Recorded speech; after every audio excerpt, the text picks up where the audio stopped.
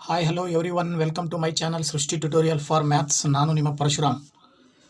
ನಾನು ಈ ಒಂದು ವಿಡಿಯೋದಲ್ಲಿ ಕರ್ನಾಟಕ ಪ್ರೌಢಶಿಕ್ಷಣ ಪರೀಕ್ಷಾ ಮಂಡಳಿ 2020-21ನೇ ಸಾಲಿನಲ್ಲಿ ಬಹು ಆಯ್ಕೆ ಪ್ರಶ್ನೆಯ ಆಧಾರಿತವಾಗಿರ್ತಕ್ಕಂಥ ಮಾದರಿ ಪ್ರಶ್ನೆ ಪತ್ರಿಕೆ 1ರಲ್ಲಿ ಗಣಿತ ವಿಷಯಕ್ಕೆ ಸಂಬಂಧಪಟ್ಟಂಥ ಪ್ರಶ್ನೆಗಳ ವಿಶ್ಲೇಷಣೆಯನ್ನು ನಾನು ಇವತ್ತಿನ ದಿನ ನಿಮ್ಮ ಜೊತೆ ಹಂಚ್ಕೊಳ್ತಾ ಇದ್ದೀನಿ.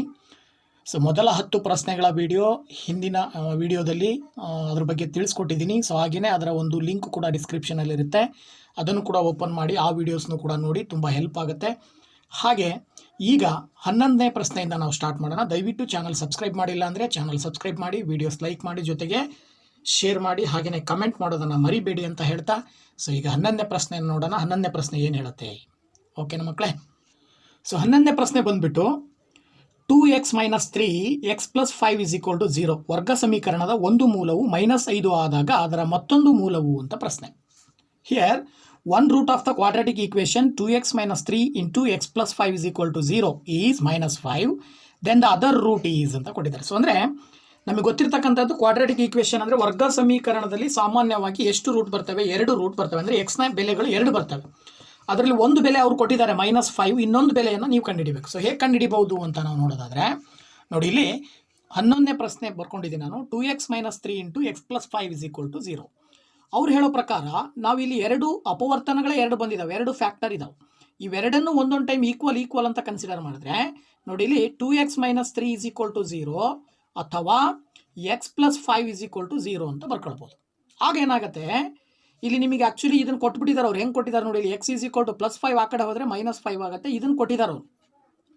ಇನ್ನೊಂದು ಕಂಡುಹಿಡಿಯಿರಿ ಅಂದಾಗ ಇದ್ರ ಬಗ್ಗೆ ನೀವು ಹೋಗ್ಬೇಕು. ಇದನ್ನು ಸಾಲ್ವ್ ಮಾಡಿದಾಗ ಎಕ್ಸ್ನ ಬೆಲೆ ಸಿಗುತ್ತೆ ನಿಮಗೆ. ನೋಡಿ, ಇಲ್ಲಿ ಏನು ಮಾಡ್ಬೋದು, 2x -3ನ ಈಕ್ವಲಿಂದ ಆ ಕಡೆ ಕಳಿಸಿದ್ರೆ +3 ಆಗುತ್ತೆ, +0 ಕೂಡಿದ್ರೆ +3ನೇ ಬರುತ್ತೆ. ಇನ್ನು x ಇಲ್ಲಿ ಇಟ್ಕೊಂಡು 2 ಆ ಕಡೆ ಕಳಿಸಿದ್ರೆ ಅದು ಕೂಡ /2 ಆಗುತ್ತೆ. ಈಗ ನಿಮಗೆ ಎಕ್ಸ್ನ ಬೆಲೆ ಬಂದುಬಿಟ್ಟು 3/2 ಅಂದರೆ 2ನೇ 3 ಬರ್ತಾ ಇದೆ. ಅದ್ರ ಪ್ರಕಾರ 3/2 ಅಂದರೆ ಆಪ್ಷನ್ ಸಿ ನಲ್ಲಿದೆ. ಆಪ್ಷನ್ ಸಿ ಸರಿಯಾದ ಉತ್ತರ ಆಗುತ್ತೆ 11ನೇ ಪ್ರಶ್ನೆಗೆ. ಓಕೆನಾ ಮಕ್ಕಳೇ? ನೆಕ್ಸ್ಟ್ 12ನೇ ಪ್ರಶ್ನೆಯನ್ನು ನೋಡೋಣ. ಓಕೆ, ಇಲ್ಲಿ 12ನೇ ಪ್ರಶ್ನೆ ಹೇಳುತ್ತೆ x² - 2x + 1 = 0 ವರ್ಗ ಸಮೀಕರಣದ ಮೂಲಗಳ ಸ್ವಭಾವ. ಇಲ್ಲಿ ಕೊಟ್ಟಿರ್ತಕ್ಕಂಥ ವರ್ಗ ಸಮೀಕರಣದ ಮೂಲಗಳು ಹೆಂಗಿದಾವೆ ಅಂದರೆ ವ್ಯಾಲ್ಯೂಸು, ರೂಟ್ ಅಂತ ಕರಿತೀವಲ್ಲ, ಎಕ್ಸ್ನ ಬೆಲೆಗಳು ಯಾವ ರೀತಿ ಇರ್ತವೆ ಅಂತ ಕೊಟ್ಟಿದ್ದಾರೆ. ಸಮನಾದ ವಾಸ್ತವ ಮೂಲಗಳನ್ನು ಹೊಂದಿರುತ್ತೋ, ಅಥವಾ ಭಿನ್ನವಾದ ವಾಸ್ತವ ಮತ್ತು ಭಾಗಲಬ್ಧ ಮೂಲಗಳನ್ನು ಹೊಂದಿರುತ್ತೋ, ಅಥವಾ 2 ಭಿನ್ನವಾದ ವಾಸ್ತವ ಮತ್ತು ಅಭಾಗಲಬ್ಧ ಮೂಲಗಳನ್ನು ಹೊಂದಿರುತ್ತೋ, ಅಥವಾ ಯಾವುದೇ ವಾಸ್ತವ ಮೂಲಗಳನ್ನು ಹೊಂದಿರುವುದಿಲ್ಲ ಅಂತ 4 ಆಪ್ಷನ್ ಕೊಟ್ಟಿದ್ದಾರೆ. ಹಾಗೆಯೇ ಕೆಳಗಡೆ the nature of the roots of quadratic equation x² - 2x + 1 = 0 are real and equal, real rational and distinct, real irrational and distinct, complex, ಈ ರೀತಿ ಕೊಟ್ಟಿದ್ದಾರೆ. ಇದರಲ್ಲಿ ಯಾವುದನ್ನು ಕಂಡುಹಿಡಿಬೋದು, ಹೇಗೆ ಕಂಡುಹಿಡಿಬೋದು ಅನ್ನೋದನ್ನು ನಾವು ನೋಡೋದಾದರೆ, ಮೊದಲು ನಮಗೆ ಬೇಕಾಗಿರ್ತಕ್ಕಂಥದ್ದು ಆ ಕ್ವಾಡ್ರಾಟಿಕ್ ಈಕ್ವೇಷನ್ ವರ್ಗ ಸಮೀಕರಣವನ್ನು ಸ್ಟ್ಯಾಂಡರ್ಡ್ ಫಾರ್ಮ್ ಆದರ್ಶ ರೂಪವನ್ನು ಬರ್ಕೊಂಡ್ರೆ ax² + bx + c = 0. ಅದರಲ್ಲಿ ಎನ ಬೆಲೆ ಎ ಇರೋ ಜಾಗದಲ್ಲಿ 1 ಬರ್ತಾ ಇದೆ, ಬಿ ಇರೋ ಜಾಗದಲ್ಲಿ -2 ಬರ್ತಾ ಇದೆ, ಸಿ ಇರೋ ಜಾಗದಲ್ಲಿ 1 ಇದೆ. ನಮಗೆ ಗೊತ್ತು ಡಿಸ್ಕ್ರಿಮಿನೆಂಟ್ ಅಂತ ಕರಿತೀವಿ ನಾವು, ಡೆಲ್ಟಾ = b² - 4ac. ಇದನ್ನು ಸಾಲ್ವ್ ಮಾಡಿದಾಗ 3 ಬೆಲೆಗಳು ಬರೋ ಸಾಧ್ಯತೆ ಇರುತ್ತೆ. ಒಂದು ಡೆಲ್ಟಾ = 0 ಬರೋ ಸಾಧ್ಯತೆ ಇರುತ್ತೆ, ಇನ್ನೊಂದು ಡೆಲ್ಟಾ = 0 ಬರೋ ಸಾಧ್ಯತೆ ಇರುತ್ತೆ, ಡೆಲ್ಟಾ > 0 ಬರೋ ಸಾಧ್ಯತೆ ಇರುತ್ತೆ. ಡೆಲ್ಟಾ = 0 ಬಂತು ಅಂತ ಹೇಳಿದ್ರೆ ಅಲ್ಲಿ ಬರುವ 2 ಮೂಲಗಳು ಸಮನಾಗಿರ್ತವೆ ಅಂತ ಅರ್ಥ. ಡೆಲ್ಟಾ > 0 ಬಂತು ಅಂದರೆ 2 ಮೂಲಗಳು ಬೇರೆ ಬೇರೆ ಇರ್ತವೆ, ವಾಸ್ತವ ಸಂಖ್ಯೆಗಳೇ ಆಗಿರ್ತವೆ, ಬಟ್ ಬೇರೆ ಬೇರೆ ಸಂಖ್ಯೆಗಳಾಗಿರ್ತವೆ. ಇನ್ನು ಡೆಲ್ಟಾ > 0 ಬಂತು ಅಂತ ಹೇಳಿದ್ರೆ ಅವಾಗ ಬರುವಂಥ ಮೂಲಗಳೇನಾಗಿರ್ತವೆ, ವಾಸ್ತವ ಸಂಖ್ಯೆಗಳಾಗಿರೋದಿಲ್ಲ, ಅಂದರೆ ಇಮ್ಯಾಜಿನರಿ ವ್ಯಾಲ್ಯೂಸನ್ನು ಹೊಂದಿರ್ತವೆ. ಇದ್ರ ಪ್ರಕಾರ ಇಲ್ಲಿ ನೀವು ಇದನ್ನು ಬಿ, ಸಿ ಮತ್ತು ಎನ ಬೆಲೆಗಳನ್ನು ಅಪ್ಲೈ ಮಾಡಿದಾಗ ಡೆಲ್ಟಾದ ವ್ಯಾಲ್ಯೂ ಏನು ಬರುತ್ತೆ ಅಂತ ನಾವು ಚೆಕ್ ಮಾಡಬೇಕೀಗ. ಓಕೆನಾ? ನೋಡಿ ಮಕ್ಕಳ, ಇಲ್ಲಿ ಡೆಲ್ಟಾ = ಬಿ ಅಂತ ಹೇಳಿದ್ರೆ -2 ಇದೆ, -2² - 4 × ಎ ಅಂದರೆ 1, ಸಿ ಅಂದರೆ 1.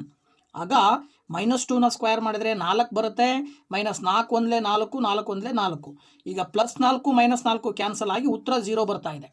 ಡೆಲ್ಟಾದ ಬೆಲೆ 0 ಬರ್ತಾ ಇದೆ ಅಂದರೆ ಅದರ ಅರ್ಥ ರೂಟ್ಸ್ ಆರ್ ಈಕ್ವಲ್ ಅಂತ, roots are real and equal, ಅಂದರೆ 2 ಸಮನಾದ ವಾಸ್ತವ ಸಂಖ್ಯೆಗಳು ಬರ್ತವೆ ಅಂತ ಅರ್ಥ.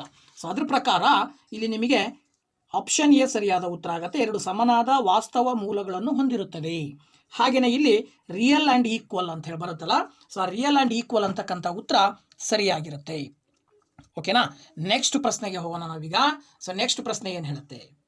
ಓಕೆ, 13ನೇ ಪ್ರಶ್ನೆ ಏನು ಹೇಳುತ್ತೆ, ಎರಡು ಕ್ರಮಾನುಗತ ಬೆಸ ಸಂಖ್ಯೆಗಳ ವರ್ಗಗಳ ಮೊತ್ತ 394. ಈ ಹೇಳಿಕೆಯನ್ನು ಗಣಿತ ಸಮೀಕರಣ ರೂಪದಲ್ಲಿ ಬರೆದಾಗ the sum of the squares of two consecutive odd numbers is 394. the mathematical equation for the above statement ಅಂತ ಕೊಟ್ಟಿದ್ದಾರೆ. ಸೊ ತುಂಬ ಸಿಂಪಲ್ ಆಗಿರ್ತಕ್ಕಂಥದ್ದು. ಅವ್ರು ಹೇಳ್ತಾರೆ ಎರಡು ಕ್ರಮಾನುಗತ ಬೆಸ ಸಂಖ್ಯೆಗಳ ವರ್ಗ ಅಂತ ಕೊಟ್ಟಿದ್ದಾರೆ. ಸೊ ನಾವಿಲ್ಲಿ ಕ್ರಮಾನುಗತ ಬೆಸ ಸಂಖ್ಯೆಗಳನ್ನು ತಗೊಂಡಾಗ ಒಂದು ಎಕ್ಸ್ ಅಂತಂದರೆ ಇನ್ನೊಂದು ಏನಾಗುತ್ತೆ, ಈಗ ಫಾರ್ ಎಕ್ಸಾಂಪಲ್ ಇದು 1 ಅಂತ ತಗೊಂಡ್ರೆ 1ರ ನಂತರ ಬರೋ ಬೆಸ ಸಂಖ್ಯೆ ಯಾವುದು 3. 1 ಮತ್ತು 3 ಮಧ್ಯೆ ಡಿಫ್ರೆನ್ಸ್ 2 ಇರುತ್ತೆ. ಸೊ ಆ ಕಾರಣದಿಂದ ಯಾವಾಗಲೂ ನಾವು ಎರಡು ಬೆಸ ಸಂಖ್ಯೆಗಳ ಮಧ್ಯೆ ವ್ಯತ್ಯಾಸ 2 ಬರ್ತಾ ಇರುತ್ತೆ. ಹಾಗಾಗಿ ಒಂದು ಸಂಖ್ಯೆಯನ್ನು ಎಕ್ಸ್ ಅಂತ ತಗೊಂಡ್ರೆ ಇನ್ನೊಂದು ಸಂಖ್ಯೆ ಏನಾಗುತ್ತೆ ಅವಾಗ x+2 ಆಗುತ್ತೆ. ಅವ್ರು ಹೇಳ್ತಾರೆ ಇವೆರಡೂ ಸಂಖ್ಯೆಗಳನ್ನು ಕೂಡಿದಾಗ 394 ಅಂದರೆ x² + x+2 whole square is equal to 394 ಅಂತ ಅರ್ಥ. ಇದು ಸರಿಯಾದ ಉತ್ತರ. ಸೊ ಇಲ್ಲಿ ನಿಮಗೆ x² + x+2 whole square is equal to 394 ಎಲ್ಲಿದೆ, ಯಾವುದಕ್ಕಿದೆ ಆಪ್ಷನ್ ಅಂತ ಹೇಳಿದ್ರೆ ಇಲ್ಲಿ 4 ಆಪ್ಷನ್ಗಳನ್ನು ಅಬ್ಸರ್ವ್ ಮಾಡಿದ್ರೆ 2ನೇ ಆಪ್ಷನಲ್ಲಿ ಆ ಒಂದು ಉತ್ತರ ಕಂಡು ಬರ್ತಾ ಇದೆ. ಹಾಗಾಗಿ 2ನೇ ಆಪ್ಷನ್ ಸರಿಯಾದ ಉತ್ತರ ಆಗುತ್ತೆ. ಇಲ್ಲೂ ಕೂಡ option B is the right answer. Okay, next 14ನೇ ಪ್ರಶ್ನೆಗೆ ಹೋಗೋಣ. ಸೊ ನೋಡಿ 14ನೇ ಪ್ರಶ್ನೆ ಏನು ಹೇಳುತ್ತೆ, ಕೊಟ್ಟಿರುವ ಚಿತ್ರದಲ್ಲಿ ಕೋನ B is equal to 90 degree, A B is equal to 6 centimetre, B C is equal to 8 centimetre ಮತ್ತು A C is equal to 10 centimetre ಆದಾಗ ಸೈನ್ 90 - ಥೀಟಾದ ಬೆಲೆ ಅಂತ ಕೊಟ್ಟಿದ್ದಾರೆ. ಚಿತ್ರ ಕೊಟ್ಟಿದ್ದಾರೆ. ಎ ಬಿ ಸಿನಲ್ಲಿ ಕೋನ ಬಿ 90 ಡಿಗ್ರಿ, ಇದು ಉನ್ನತ ಕೋನ ಥೀಟಾ ಕೊಟ್ಟಿದ್ದಾರೆ. ಹಾಗೆ ಎ ಸಿ 10 ಸೆಂಟಿಮೀಟರ್ ಇರುತ್ತೆ, A B 6 centimetre, B C 8 centimetre ಇದ್ರೆ ಸೈನ್ 90 - ಥೀಟಾದ ಬೆಲೆ ಎಷ್ಟು ಅಂತ ಕೇಳಿದ್ದಾರೆ. ಸೊ ಇದನ್ನು ನಾವು ಹೇಗೆ ಕಂಡುಹಿಡಿಬಹುದು ಅಂತ ಹೇಳಿದ್ರೆ ನೋಡಿ, ಇಲ್ಲಿ ನಮಗೆ ಗೊತ್ತಿರೋ ಪ್ರಕಾರ ಇದು ಒಂದು ಲಂಬಕೋನ ತ್ರಿಭುಜ, ರೈಟ್ ಆಂಗಲ್ಡ್ ಟ್ರಯಾಂಗಲ್. ಅಂದರೆ ಕೋನ ಬಿ 90 ಡಿಗ್ರಿ ಇದ್ದಾಗ ಆ ಒಂದು ಉನ್ನತ ಕೋನ ಥೀಟಾ ಏನು ಕೊಟ್ಟಿರ್ತಾರೆ ಅದರ ಆಪೋಸಿಟ್ ಸೈಡನ್ನು ನಾವು ಆಪೋಸಿಟ್ ಸೈಡ್ ಅಂತ ಕರಿತೀವಿ. ಇದನ್ನು ಎ ಬಿಯನ್ನು ಆಪೋಸಿಟ್ ಸೈಡ್ ಅಂತ ಹೇಳಿದ್ರೆ ಅಭಿಮುಖ ಬಾಹು ಆಗುತ್ತೆ A B. B C adjacent ಅಥವಾ ಪಾರ್ಶ್ವ ಬಾಹು ಅಂತ ಕರಿತೀವಿ. ಎ ಸಿಯನ್ನು ಹೈಪಾಟಿನಸ್ ಅಥವಾ ವಿಕರ್ಣ ಅಂತ ಕರಿತೀವಿ. ಇದಾದ ನಂತರ ಅವ್ರು ಕೊಟ್ಟಿದ್ದಾರೆ ಸೈನ್ 90 - ಥೀಟಾ. ಸೊ ಇಲ್ಲಿ ನಾವು ತಿಳ್ಕೊಂಡಿರೋ ಪ್ರಕಾರ ಸೈನ್ 90 - ಥೀಟಾ ಅನ್ನೋದು ಯಾವುದಕ್ಕೆ ಈಕ್ವಲ್ ಇರುತ್ತೆ, ಕಾಸ್ ಥೀಟಾಗೆ ಈಕ್ವಲ್ ಇರುತ್ತೆ. ಹಾಗೆಯೇ ಲಂಬಕೋನ ತ್ರಿಭುಜದಲ್ಲಿ ಕಾಸ್ ಥೀಟಾಗೆ ಸಂಬಂಧಪಟ್ಟಂಥ ಒಂದು ರೇಷಿಯೋ ಬರುತ್ತೆ, ಅನುಪಾತ ಏನು ಹೇಳುತ್ತೆ, ಅಭಿಮುಖ ಬಾಹು ಇದು ಪಾರ್ಶ್ವ ಬಾಹು ಡಿವೈಡೆಡ್ ಬೈ ವಿಕರ್ಣ ಅದಕ್ಕೆ ಸಮ ಇರುತ್ತೆ. ಅಂದರೆ ಅದರ ಅರ್ಥ ಅಡ್ಜಸೆಂಟ್ ಡಿವೈಡೆಡ್ ಬೈ ಹೈಪಾಟಿನಸ್ಗೆ ಸಮ ಇರುತ್ತೆ. ಅದ್ರ ಪ್ರಕಾರ ಇಲ್ಲಿ ಅಡ್ಜಸೆಂಟ್ ಯಾವುದು ಅಂದರೆ ಪಾರ್ಶ್ವ ಬಾಹು ಯಾವುದಾಗುತ್ತೆ, B C divided by hypotenuse ಅಂದರೆ ವಿಕರ್ಣ ಎಷ್ಟು, ಎ ಸಿ. ಸೊ ಅವರೇ ಕೊಟ್ಬಿಟ್ಟಿದ್ದಾರೆ ಡೈರೆಕ್ಟಾಗಿ. ಬಿ ಸಿ ಕೊಟ್ಟಿದ್ದಾರೆ ಎಷ್ಟಂತೆ 8, ಎ ಸಿ ಕೊಟ್ಟಿದ್ದಾರೆ 10. ಅಲ್ಲಿಗೆ 10ನೇ 8 ಬರುತ್ತೆ ಉತ್ತರ. ಹಾಗಾಗಿ 10ನೇ 8 ಸರಿಯಾದ ಉತ್ತರ ಆಗುತ್ತೆ. ಇಲ್ಲಿ option D is the right answer. ಓಕೆನಾ. ಸೊ ಹಾಗೆಯೇ ಇಲ್ಲೂ ಕೂಡ ಆಪ್ಷನ್ ಡಿ ನಲ್ಲಿ ಏನಿದೆ 10ನೇ 8 10/8 ಇದೆ. ಹಾಗಾಗಿ option D is the right answer for the question number 14. ಓಕೆನಾ. ಇನ್ನು ನೆಕ್ಸ್ಟ್ 15ನೇ ಪ್ರಶ್ನೆಯನ್ನು ನೋಡೋಣ. ಈಗ ನೋಡಿ 15ನೇ ಪ್ರಶ್ನೆ ಹೇಳುತ್ತೆ 2 × sin 2θ ಇಸ್ ಈಕ್ವಲ್ ಟು √3 ಆದಾಗ ಥೀಟಾದ ಬೆಲೆ ಅಂತ ಕೊಟ್ಟಿದ್ದಾರೆ. ನೋಡಿ ತುಂಬ ಸಿಂಪಲ್ ಇದು. ಏನು ಮಾಡ್ಬೋದು ಅಂತ ಹೇಳಿದ್ರೆ ನೋಡಿ ಅಲ್ಲಿ ಕೊಟ್ಟಿರ್ತಕ್ಕಂಥದ್ದನ್ನು ನೀವು ಸಿಂಪ್ಲಿಫೈ ಮಾಡಬೇಕು. ನೋಡಿ ಇಲ್ಲಿ 2 × sin θ ಇಸ್ ಈಕ್ವಲ್ ಟು √3 ಅಂತ ಇದೆ. ಅಲ್ಲಿಗೆ ನೀವು 2ನ ಈಕ್ವಲಿಂದ ಆ ಕಡೆ ಕಳಿಸಿದ್ರೆ ಡಿವೈಡೆಡ್ ಬೈ 2 ಆಯಿತು, √3/2 ಆಯಿತು. ನೆಕ್ಸ್ಟು ಈ 2ನ ಈ ಕಡೆ ಕಳಿಸಿದ್ರೆ ಅಲ್ಲಿಗೆ ಇಲ್ಲೇನು ಉಳ್ಕೊಳ್ಳುತ್ತೆ, ಸೈನ್ ಥೀಟಾ ಮಾತ್ರ ಉಳ್ಕೊಳ್ಳುತ್ತೆ.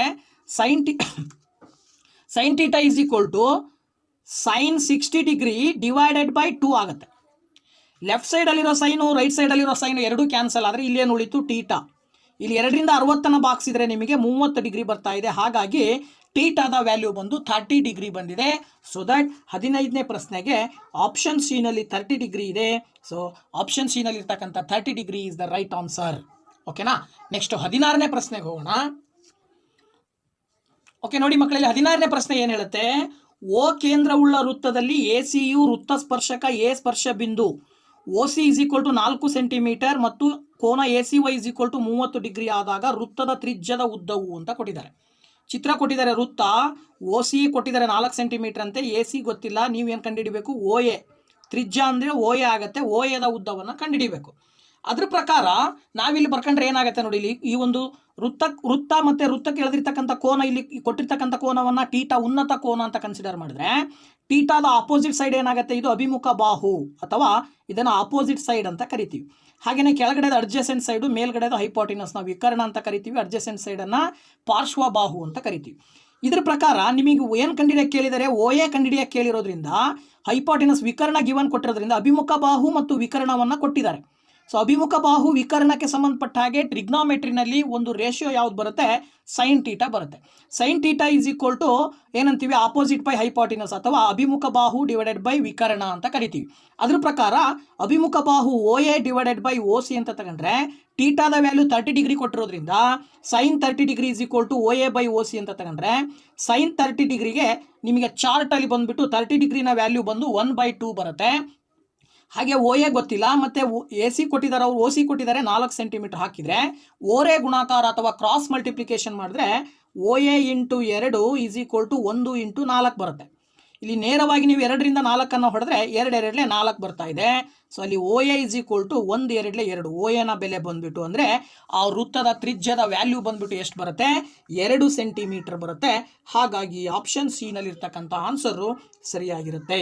ಓಕೆನಾ? So option C is the right answer for the question 16. ಇನ್ನು 17ನೇ ಪ್ರಶ್ನೆಗೆ ಹೋಗೋಣ. ಓಕೆ, ನೋಡಿ ಇಲ್ಲಿ 17ನೇ ಪ್ರಶ್ನೆ, sine theta is equal to x/y ಆದರೆ ಆಗ ಕಾಸ್ ಥೀಟಾ ಏನು ಬರುತ್ತೆ ಅಂತ ಕೇಳಿದ್ದಾರೆ. Sine theta is equal to x/y ಆದರೆ ಕಾಸ್ ಥೀಟಾ ಎಷ್ಟು ಬರುತ್ತೆ ಅಂತೇಳಿ ಪ್ರಶ್ನೆ. ಸೊ ಇದಕ್ಕೆ ಸಂಬಂಧಪಟ್ಟ ಹಾಗೆ ನಾವು ಹೆಂಗೆ ಕಂಡುಹಿಡಿಬಹುದು ಅಂತ ಹೇಳಿದ್ರೆ, ಸೊ ಇಲ್ಲಿ ಸೈನ್ ಥೀಟಾದ ಬಗ್ಗೆ ನಾವು ಮಾತಾಡ್ತಾ ಇದ್ದೀವಿ ಅಂತಂದರೆ, ಕಾಸ್ ಥೀಟಾದ ಬಗ್ಗೆ ಮಾತಾಡ್ತಾ ಇದ್ದೀವಿ ಅಂದರೆ ಅಲ್ಲಿ ಒಂದು ತ್ರಿಭುಜ ಬರುತ್ತೆ. ಆ ತ್ರಿಭುಜ ಲಂಬಕೋನ ತ್ರಿಭುಜವಾಗಿರುತ್ತೆ. ಇಲ್ಲಿ ಒಂದು ಕೋನ ಉನ್ನತ ಕೋನ ಆಗಿರುತ್ತೆ ಟೀಟಾದ ಆಪೋಸಿಟ್ ಆಗಿರ್ತಕ್ಕಂಥದ್ದು ಅಭಿಮುಖ ಬಾಹು ಅಥವಾ ಆಪೋಸಿಟ್ ಸೈಡ್. ಅಂದರೆ ಇದು y ಅನ್ನೋದು ಏನಂತೆ ಏನಾಗುತ್ತೆ, ಹೈಪಾಟಿನಸ್ ಅಥವಾ ವಿಕರ್ಣ ಆಗುತ್ತೆ. BC ಅನ್ನೋದು ಅಡ್ಜಸೆಂಟ್ ಅಥವಾ ಇನ್ನೊಂದು ಹೆಸರಿಂದ ಕರಿತೀವಿ ಏನಂತೇಳಿ, ಪಾರ್ಶ್ವ ಬಾಹು ಅಂತೇಳಿ. ಈಗ ನಾವು ಫಸ್ಟ್ ಪಾರ್ಶ್ವ ಬಾಹು ಎಷ್ಟು ಬರುತ್ತೆ ಅಂತ ಕಂಡುಹಿಡ್ಕೋಬೇಕು. ಸೊ ಪಾರ್ಶ್ವ ಬಾಹುವನ್ನು ಕಂಡುಹಿಡ್ಕೋಬೇಕಂದ್ರೆ ಇದು ಲಂಬಕೋನ ತ್ರಿಭುಜ ಆಗಿರೋದ್ರಿಂದ ಪೈಥಾಗೋರಸ್ನ ಪ್ರಮೇಯದ ಪ್ರಕಾರ, according to Pythagoras theorem, AC² is equal to AB² plus BC² ಆಗಿರುತ್ತೆ. ಸೊ AC ಅಂತ ಹೇಳಿದ್ರೆ y² is equal to AB ಅಂತ ಹೇಳಿದ್ರೆ x² ಪ್ಲಸ್ BC² ಆಯಿತು. ಈಗ ನೀವು x² ಈ ಕಡೆ ತಗೊಂಬಂದ್ರೆ y² minus x² is equal to BC² ಆಯಿತು. ಇದಕ್ಕೆ ಸ್ಕ್ವೇರ್ ಕ್ಯಾನ್ಸಲ್ ಮಾಡಿದ್ರೆ ಲೆಫ್ಟ್ ಸೈಡಲ್ಲಿ ಇರೋದಕ್ಕೆ ಎಲ್ಲದಕ್ಕೂ ರೂಟ್ ಬರುತ್ತೆ. ಅಲ್ಲಿಗೆ √y² minus x² is equal to BC. So BCನ ವ್ಯಾಲ್ಯೂ ಬಂದು y² minus √y² minus x² ಬರ್ತಾ ಇದೆ. ಈಗ ನಿಮಗೆ ಕಾಸ್ ಥೀಟಾ ಕಂಡುಹಿಡಿಯಕ್ಕೆ ಕೇಳಿದಾರೆ ಅವರು. ಸೊ ಕಾಸ್ ಥೀಟಾ ಅಂತ ಹೇಳಿದ್ರೆ ಆ್ಯಕ್ಚುಲಿ ಏನಾಗುತ್ತೆ, ಅದು ಪಾರ್ಶ್ವ ಬಾಹು ಡಿವೈಡೆಡ್ ಬೈ ವಿಕರ್ಣ ಅಂತ ಬರುತ್ತೆ. ಅಂದರೆ ಅದರ ಅರ್ಥ ಏನು, adjacent side divided by hypotenuse ಅಂತ ಹೇಳ್ಬಿಟ್ಟು ಅದ್ರ ಪ್ರಕಾರ ಹೋದರೆ, ಈಗ ನೀವಿಲ್ಲಿ ನೋಡಿ, ಇಲ್ಲಿ ಬಂದ್ಬಿಟ್ಟು ಅಡ್ಜಸೆಂಟ್ ಸೈಡ್ ಯಾವುದಾಗತ್ತೆ, BC ಡಿವೈಡೆಡ್ ಬೈ ಹೈಪಾಟಿನಸ್ ಯಾವುದಾಗತ್ತೆ, ಇಲ್ಲಿ AC. ಈಗ BC ಅಂತ ಹೇಳಿದ್ರೆ ನಿಮಗೆ ಇಲ್ಲಿ ಬಂದಿದೆಯಲ್ಲ ಉತ್ತರ, ಅದನ್ನು ತಗೊಂಡ್ರೆ ಏನಂತ ತಗೊಳ್ಬೋದು, √y² minus x² divided by AC ಅಂತ ಹೇಳಿದ್ರೆ ಆಲ್ರೆಡಿ ಇದೆ y. ಸೊ ಇದು ಆಪ್ಷನ್ ಬರುತ್ತೆ, ಇದು ಬರುತ್ತೆ ಆನ್ಸರ್. ಈ ಆಪ್ಷನ್ ಯಾವುದ್ರಲ್ಲಿ ಇದೆಯೋ ಅದು ಸರಿಯಾದ ಉತ್ತರ ಆಗುತ್ತೆ. ಏನು, √y² minus x² divided by y ಬರಬೇಕು. ಸೊ ನೋಡಿ ಎಲ್ಲಿದೆ, ಇಲ್ಲಿದೆ ಆಪ್ಷನ್ ಡಿ ನಲ್ಲಿ √y² minus x² divided by y ಇದೆ. ಹಾಗಾಗಿ option D is the right answer. ಇನ್ನು 18ನೇ ಪ್ರಶ್ನೆಯನ್ನು ನೋಡೋಣ. ಸೊ ನೋಡಿ 18ನೇ ಪ್ರಶ್ನೆ, sin A plus sin² A is equal to 1 ಆದಾಗ cos² A ಪ್ಲಸ್ cos⁴A ಯ ಬೆಲೆ. If sin A plus sin² A is equal to 1 then the value of cos² A, ಇಲ್ಲಿ A ಬಿಟ್ಟೋಗಿದೆ, cos² A ಪ್ಲಸ್ cos⁴A ಅಂತ ಕೊಟ್ಟಿದ್ದಾರೆ. ಇದನ್ನ ಹೆಂಗೆ solve ಮಾಡ್ಬೋದು ಅಂದರೆ, ಸೊ ನಮಗೆ ಗೊತ್ತಿರೋ ಪ್ರಕಾರವಾಗಿ ನೋಡಿ, ಇಲ್ಲಿ sin A plus sin² A is equal to 1 ಅಂತ ಇದೆಯಲ್ಲ, sin² A ಈ ಕಡೆ ತೊಗೊಂಡು ಬಂದರೆ 1 ಮೈನಸ್ sin² A. ಸೊ ನಮಗೆ ಗೊತ್ತಿರೋ ಮೊದಲ ಐಡೆಂಟಿಟಿ ಏನು, sin² A plus cos² A is equal to 1 ಅಂತ ಇದೆಯಲ್ಲ, ಅದರಲ್ಲಿ ನಾವೇನು ಮಾಡ್ಬೋದು, ಸಪೋಸ್ sin² A ಆ ಕಡೆ ಕಳಿಸಿದ್ರೆ ಏನಾಗುತ್ತೆ, 1 minus sin² A is equal to cos² A ಬರುತ್ತೆ. ಅದ್ರ ಪ್ರಕಾರ 1 ಮೈನಸ್ sin² A ಇರೋ ಜಾಗದಲ್ಲಿ cos² A ಹಾಕಿದರೆ, ಸಪೋಸ್ ಇವೆರಡನ್ನ ಸ್ಕ್ವೇರಿಂಗ್ ಆನ್ ಬೋತ್ ಸೈಡ್ ಮಾಡಿದರೆ, ಇದನ್ನು ಸ್ಕ್ವೇರಿಂಗ್ ಆನ್ ಬೋತ್ ಸೈಡ್ ಮಾಡಿದರೆ sin A ಇದ್ದಿದ್ದು sin² A ಆಗುತ್ತೆ, cos² A ಇದ್ದಿದ್ದು cos² A whole raise to 2. sin² A is equal to cos² into ಅಂದರೆ 2 ಅಂದರೆ 4 ಬರುತ್ತೆ. ಸೊ ಅಲ್ಲಿ cos⁴ ಆಯಿತು. ಈಗ ನೆಕ್ಸ್ಟು ಅವ್ರು ಕೇಳಿರೋದು cos² A ಪ್ಲಸ್ cos⁴A ನ ಬೆಲೆ ಎಷ್ಟು ಅಂತ. ನೋಡಿ ಇಲ್ಲಿ ಏನು ಮಾಡ್ಬೋದು, cos² A ಹಾಗೆ ಬರ್ಕೊಳ್ಳಿ, ಇಲ್ಲಿ cos⁴A ಅಂದರೆ ನಾವೇನು ಬರಿಬೋದು, ಇದ್ರ ಪ್ರಕಾರ ಇಲ್ಲಿ sin² A ಅಂತ ಬರ್ಕೊಳ್ಬೋದಲ್ವಾ.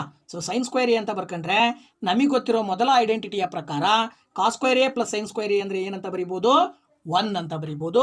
ಹಾಗಾಗಿ ನಿಮಗೆ ಇಲ್ಲಿ ಆಪ್ಷನ್ ಡಿ ನಲ್ಲಿ ಇರ್ತಕ್ಕಂಥ ಉತ್ತರ ಸರಿಯಾಗಿರುತ್ತೆ. ಓಕೆನಾ? ಇದು 18ನೇ ಪ್ರಶ್ನೆಗೆ ಬಂದಂಥ ಆಪ್ಷನ್ ಡಿ ನಲ್ಲಿರ್ತಕ್ಕಂಥ ಒಂದು ನಂಬರ್ 1 ಸರಿಯಾದ ಉತ್ತರ ಆಗುತ್ತೆ. ಸೊ ನೋಡಿ ಇಲ್ಲಿ 19ನೇ ಪ್ರಶ್ನೆ ಏನು ಹೇಳುತ್ತೆ, A ಆಫ್ 4, -6 ಮತ್ತು B ಆಫ್ A, B ಬಿಂದುಗಳನ್ನು ಸೇರಿಸುವ ರೇಖಾಖಂಡದ ಮಧ್ಯಬಿಂದುವು ಮೂಲ ಬಿಂದುವಾದರೆ ಎ ಮತ್ತು ಬಿಗಳ ಬೆಲೆಗಳು ಅಂತ ಕೊಟ್ಟಿದ್ದಾರೆ. ಅಂದರೆ if origin is the mid point of the line joining of the points A of 4, -6 and B of A, B, the values of A and B are equal to ಅಂತ ಕೊಟ್ಟಿದ್ದಾರೆ. ಸೊ ನಮಗೆ ಗೊತ್ತಿರೋ ಪ್ರಕಾರ ಒರಿಜಿನ್ ಅಂತ ಹೇಳಿದರೆ ಅದನ್ನು ನಾವು ಪಾಯಿಂಟನ್ನು 0, 0 ಅಂತ ತಗೊಂತೀವಿ. ಅಂದರೆ ಇದು ಒಂದು ಲೈನ್ ಇದೆ ಅಂತ ಹೇಳಿದ್ರೆ ಈ ಲೈನಲ್ಲಿ ಇರ್ತಕ್ಕಂಥ ಪಾಯಿಂಟ್ ಇದು ಎ, ಇದು ಬಿ ಅಂದರೆ ಮಧ್ಯ ಪಾಯಿಂಟು 0, 0 ಅಂತ ಹೇಳ್ತಾರೆ. ಸೊ ಇದ್ರ ಪ್ರಕಾರ ನಾವು ಮಿಡ್ ಪಾಯಿಂಟ್ ಫಾರ್ಮುಲಾ ನೋಡಿದ್ರೆ x, y is equal to x2 plus x1 divided by 2, y2 plus y1 divided by 2 ಅನ್ನೋ ಫಾರ್ಮುಲಾ ಹಾಕ್ಬೋದು. ಇದನ್ನು x1 y1 ಅಂತ ತಗೊಳ್ಳಿ, ಇದನ್ನು x2 y2 ಅಂತ ತಗೊಳ್ಳಿ. ಆಗ ನೋಡಿ ಇಲ್ಲಿ ಏನಾಗುತ್ತೆ, ಸಪ್ರೇಟ್ ಮಾಡ್ಕೋಬೇಕು. ಇದನ್ನು x2 plus x1 divided by 2 is equal to 0 ಒಂದು ಕಡೆಗೆ, y2 plus y1 divided by 2 is equal to 0 ಒಂದು ಕಡೆಗೆ. ಈಗ x2 ಅಂತ ಹೇಳಿದ್ರೆ ಏನಿದೆ a, x1 ಅಂದರೆ 4, a plus 4 divided by 2 is equal to 0 ಆಯಿತು. ಓಕೆನಾ. ಸೊ ಆಗ ಇದೇ ರೀತಿ ಈ ಕಡೆ ಏನಾಗುತ್ತೆ, y2 ಅಂತ ಹೇಳಿದ್ರೆ b ಪ್ಲಸ್ y1 ಅಂದರೆ -6 ಇದೆ, divided by 2 is equal to 0 ಅಂತ ತಗೊಂಡ್ರೆ ಏನಾಗುತ್ತೆ ನೋಡಿ ಇಲ್ಲಿ. ಆ್ಯಕ್ಚುಲಿ 2 ಆ ಕಡೆ ಹೋದರೆ 0 × 2 ಬರುತ್ತೆ, ಅಲ್ಲಿಗೆ a plus 4 is equal to 0 × 2 0 ಬರುತ್ತೆ. ಹಾಗೆಯೇ ಇಲ್ಲಿ ಪ್ಲಸ್ ಇಂಟು -6 ಆಗುತ್ತೆ, b -6 is equal to 2 × 0 ಮಾಡಿದ್ರೆ 0 ಬರುತ್ತೆ. ಈಗ ಇಲ್ಲಿ +4 ಆ ಕಡೆ ಹೋದರೆ a is equal to -4 ಆಯಿತು, ಇಲ್ಲಿ -6 ಆ ಕಡೆ ಕಳಿಸಿದರೆ +6 ಆಯಿತು. ಸೊ ಈಗ ನಿಮಗೆ a ಮತ್ತು b ನ ವ್ಯಾಲ್ಯೂ ಸಿಕ್ತು. a is equal to -4, b is equal to 6. So a is equal to -4, b is equal to 6 ಯಾವ ಆಪ್ಷನಲ್ಲಿದೆ ಚೆಕ್ ಮಾಡಿದಾಗ ಇಲ್ಲಿ ಕಾಣಿಸ್ತಾ ಇದೆ, ಇದು ಆಪ್ಷನ್ ಸಿ ಸರಿಯಾದ ಉತ್ತರ ಆಗುತ್ತೆ. ಹಾಗಾಗಿ 19ನೇ ಪ್ರಶ್ನೆಗೆ option C is the right answer. ಓಕೆನಾ. ಸೊ ನೋಡಿ 20ನೇ ಪ್ರಶ್ನೆ, ಎ ಆಫ್ x1, y1 ಮತ್ತು ಬಿ ಆಫ್ x2, y2 ಬಿಂದುಗಳ ನಡುವಿನ ದೂರವನ್ನು ಕಂಡುಹಿಡಿಯುವ ಸೂತ್ರ. ಸೊ ಇಲ್ಲಿ ಡಿಸ್ಟೆನ್ಸ್ ಫಾರ್ಮುಲಾ ಅಂತ ಹೇಳ್ತೀವಿ ನಾವು. The distance between the points A of x1, y1 and B of x2, y2 is given by the formula. Distance formula ಕಂಡುಹಿಡಲಿಕ್ಕೆ d is equal to √of x2 - x1 whole square plus y2 - y1 whole square ಅನ್ನೋದು formula. ಅದ್ರ ಪ್ರಕಾರ ಇಲ್ಲಿ ನೋಡಿದಾಗ option A ನಲ್ಲಿ d is equal to √of x2 - x1 whole square plus y2 - y1 whole square ಇದೆ. ಹಾಗಾಗಿ 20ನೇ ಪ್ರಶ್ನೆಗೂ ಕೂಡ option A ಸರಿಯಾದ ಉತ್ತರ ಆಗುತ್ತೆ. ಓಕೆನಾ. ಸೊ ನೋಡಿ ಮಕ್ಕಳ, ಇವತ್ತಿನ ಒಂದು ವಿಡಿಯೋದಲ್ಲಿ 11ರಿಂದ 20ರವರೆಗೂ ಇರತಕ್ಕಂತಹ 10 ಪ್ರಶ್ನೆಗಳನ್ನು ನಾನು ನಿಮ್ಮ ಜೊತೆಗೆ ಹಂಚ್ಕೊಂಡಿದ್ದೀನಿ. ಮುಂದಿನ ವಿಡಿಯೋದಲ್ಲಿ ಮುಂದಿನ ಪ್ರಶ್ನೆಗಳನ್ನು ಕೂಡ ನಿಮ್ಮ ಜೊತೆಗೆ ಡಿಸ್ಕಷನ್ ಮಾಡ್ತೀನಿ. ಸೊ ಎಲ್ಲ ಪ್ರಶ್ನೆಗಳ ಕೀ ಆನ್ಸರ್ನ ನಿಮಗೆ ತಿಳಿಸ್ಕೊಡ್ತೀನಿ. ಹಾಗೆಯೇ ಎಕ್ಸಾಮಿನೇಷನ್ಗೋಸ್ಕರ ಈ ಒಂದು ಮಲ್ಟಿಪಲ್ ಚಾಯ್ಸ್ ಕ್ವಶನ್ಸನ್ನು ಹೇಗೆ ಸಾಲ್ವ್ ಮಾಡ್ಬೋದು ಅನ್ನೋದನ್ನು ನೀವು ಕರೆಕ್ಟಾಗಿ ತಿಳ್ಕೊಂಡ್ರೆ ಖಂಡಿತವಾಗ್ಲೂ ಬೋರ್ಡ್ ಎಕ್ಸಾಮಿಗೆ ಬೇಕಾಗಿರುವ ಮಲ್ಟಿಪಲ್ ಚಾಯ್ಸ್ನ 8 ಪ್ರಶ್ನೆಗಳನ್ನು ಸುಲಭವಾಗಿ ನೀವು ಅಟೆಂಡ್ ಮಾಡ್ಬೋದು. ಹಾಗೆಯೇ ಮ್ಯಾಥಮೆಟಿಕ್ಸನ್ನು ಚೆನ್ನಾಗಿ ಸ್ಕೋರ್ ಮಾಡ್ಬೋದು. ಸೊ ಅದಕ್ಕೆ ತುಂಬ ಹೆಲ್ಪ್ ಆಗುತ್ತೆ. ದಯವಿಟ್ಟು ವಿಡಿಯೋ ನೋಡಿ, ಹಾಗೆಯೇ ನಿಮ್ಮ ಫ್ರೆಂಡ್ಸ್ಗೂ ಕೂಡ ಶೇರ್ ಮಾಡಿ. ಜೊತೆಗೆ ವಿಡಿಯೋ ಇಷ್ಟ ಆದರೆ ಲೈಕ್ ಮಾಡಿ, ಕಾಮೆಂಟ್ ಮಾಡಿ ಅಂತ ಹೇಳ್ತಾ once again thank you very much. ಮತ್ತೆ ನಿಮ್ಮ ಭೇಟಿ ಮುಂದಿನ ವಿಡಿಯೋದಲ್ಲಿ. ಓಕೆ, ಬಾಯ್.